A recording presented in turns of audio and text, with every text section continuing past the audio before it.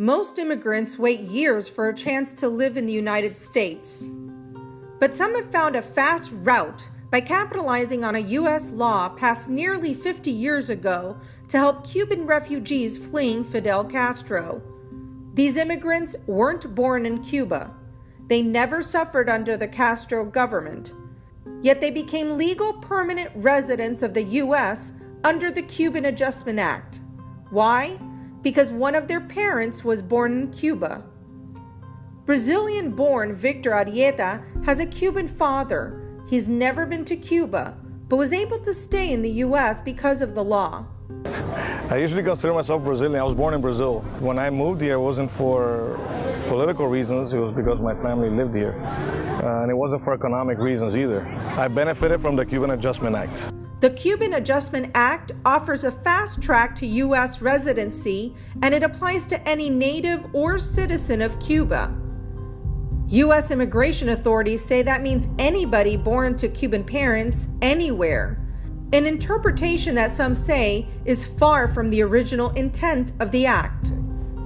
The Cuban Adjustment Act basically was to help Cubans who were born in Cuba and were coming or have come to the United States, not those born in third countries. The law's wording has opened the door to immigrants from Russia, Angola, Spain, and even Kazakhstan to come to the U.S. and stay by claiming Cuban heritage. Some who have used it say it's especially well known in Venezuela, a country plagued by violence and shortages of food and medicine.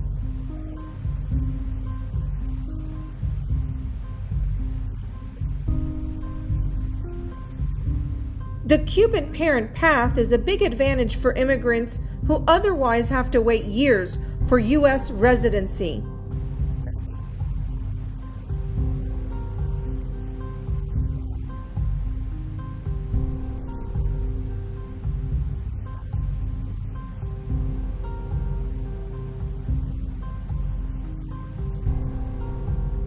Victor Arrieta came on a tourist visa, then switched to a student visa and stayed.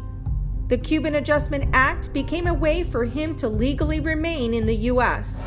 I've had a great joy of living here. And Arrieta thinks the law should continue to apply to second-generation Cubans, even if they've never lived there. Here, I don't think they should change that yet, unless the regime in Cuba changes. As long as it's good for the ones that live in Cuba, it should be good for everybody that's around.